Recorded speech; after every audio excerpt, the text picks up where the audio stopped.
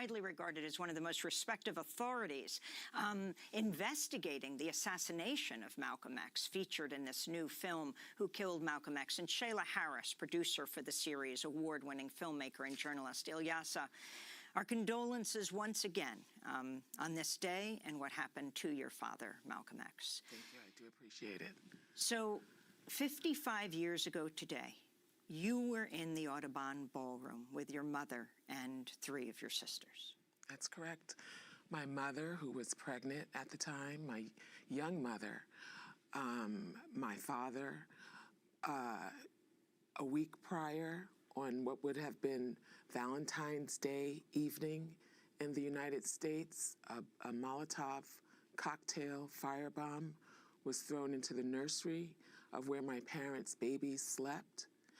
And 1 week later, he would be gunned down by assassins' bullets at the Audubon Ballroom, which is now the Malcolm X and Dr. Betty Shabazz Memorial and Education Center. And I think I'm grateful for Abdul-Rahman Muhammad and for the Shayla Harris and the producers and directors and anyone that could bring light to investigating who killed our father, who took the life of a very young man, who challenged the moral compass of world nations.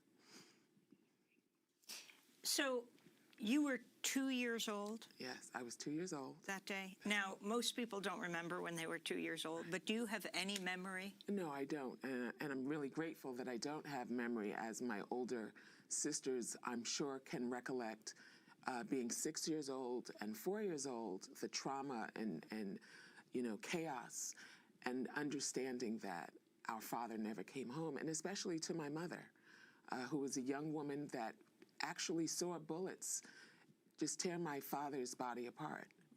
Your mom was pregnant with twins at My the mother time. was pregnant with my youngest sisters, the twins Malika and Malak. And Gamila was actually just a few months old. So I want to go to, and let me just ask, your father, because your house had just been firebombed on Valentine's Day, and it seems that the police were trying to spread rumors that maybe this wasn't true, or he had done it to himself. Correct. And so I want to go to that issue of the police and to the FBI. You can't remember, you were 2 that day, but the issue of what was happening in the ballroom before your father spoke, the surprise of many of the hundreds of people who are coming to see him, that they were used to seeing lines of cops where Malcolm X spoke. That's right. Suddenly, they weren't seeing lines of police officers. Shayla, would you like to talk about that?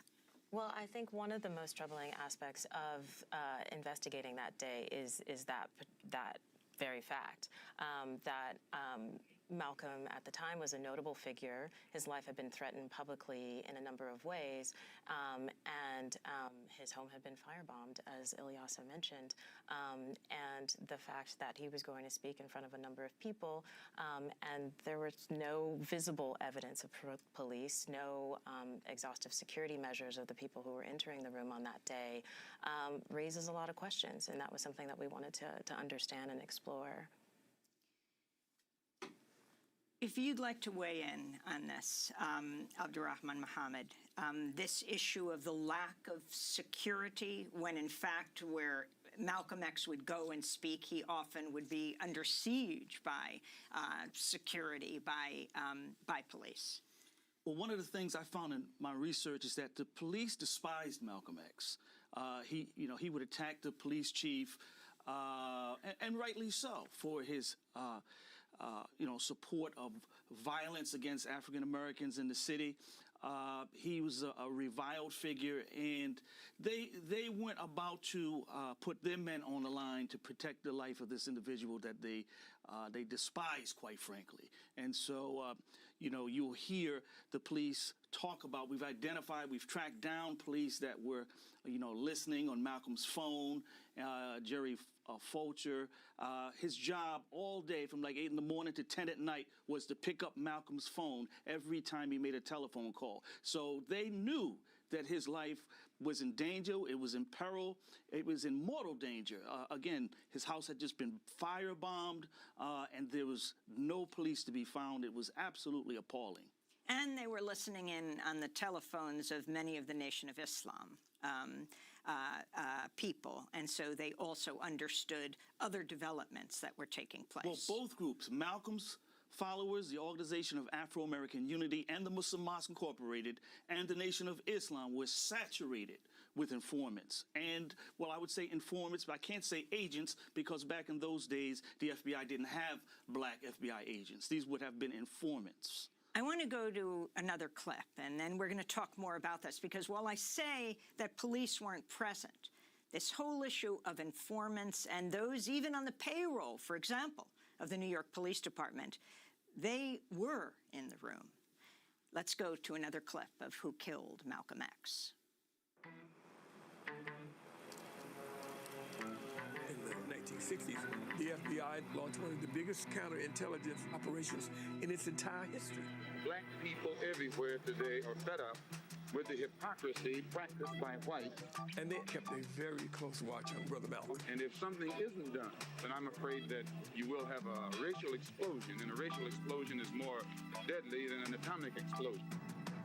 J. Edgar Hoover, the director of the FBI, was definitely afraid of someone like Malcolm X. Malcolm was being surveilled, he was being followed, his phone was tapped.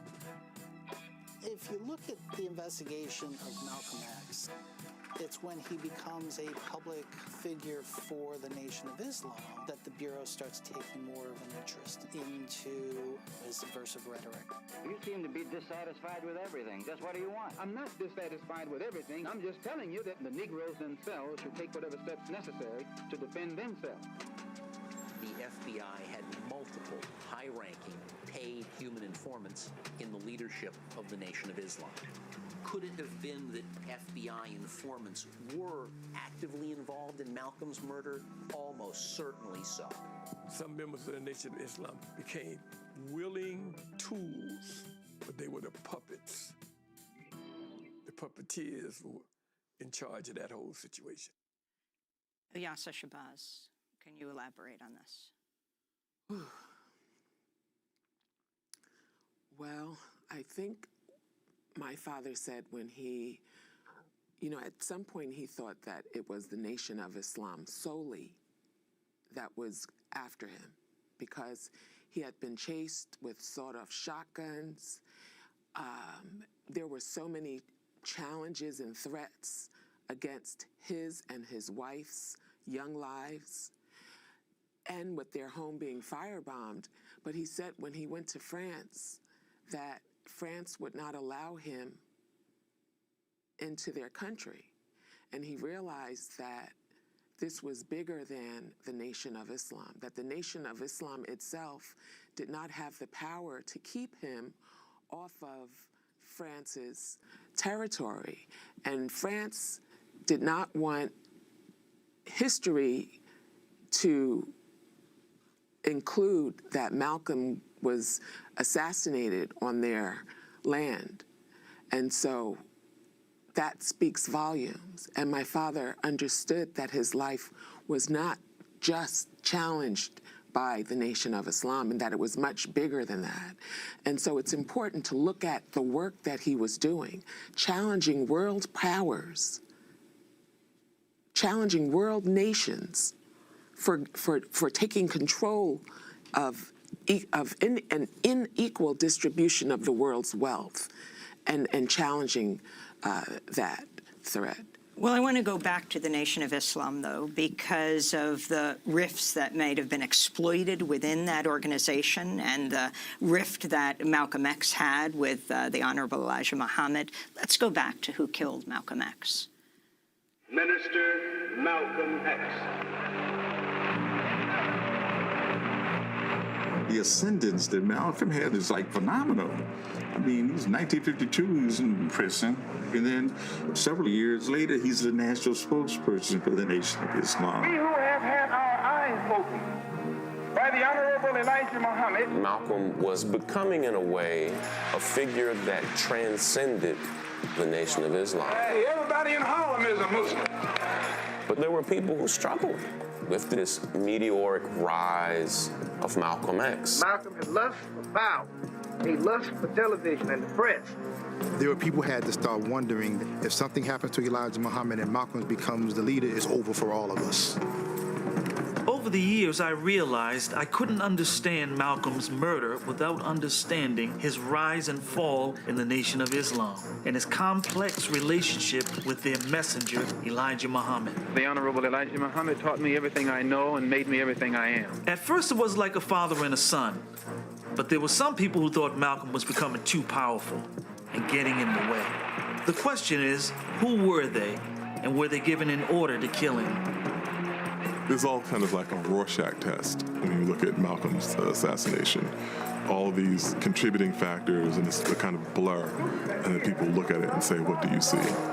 And I see a lot of people who wanted Malcolm dead. I'm real thankful of my brother, Malcolm. Yes, sir! Who has,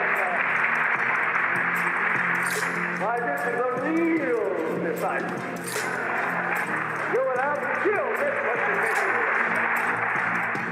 That last voice, Elijah Muhammad, saying, I'm real thankful for my brother Malcolm Shabazz here, why this is a real disciple. You'll have to kill this one to take him away. And before that, Jelani Cobb and our guest, Abdurrahman Muhammad. I want to go to another clip from Who Killed Malcolm X that begins with Malcolm X talking about the Honorable Elijah Muhammad. There's no organization in this country that could do more for the struggling black man than the Black Muslim movement if it wanted to. But it has gotten into the possession of a man who's become senile in his old age and perhaps doesn't realize it. And then he has surrounded himself by his children who are now in power and want nothing but luxury and will do anything to safeguard their own interests. I wouldn't exclude anyone at the point that it had got to have Malcolm removed. I mean, that was a badge of honor to move on Malcolm like that. I think the Honorable Elijah Muhammad didn't necessarily give the order.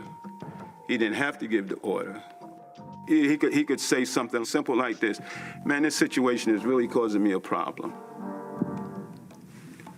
And someone would take care of it. From Who Killed Malcolm X, the Netflix docu-series that has just been released. Abdurrahman Muhammad, take it from there. Talk about the rifts within the Nation of Islam and the context of that time, what you believe happened. Well, there was a real rift in the sense that Malcolm started to see things a different way. Malcolm was more a political actor, whereas Elijah Muhammad wanted to be more just like a religious figure, a very, very conservative figure. They had a policy where they refrained from any civil rights protests or any civil rights activities. And over the time that Malcolm was in the nation, the 12 years that he served in this organization, he started to see the problem with this position, that it was something of an embarrassment for the Nation of Islam, that they taught this very militant, very strident, powerful, speech, but at the same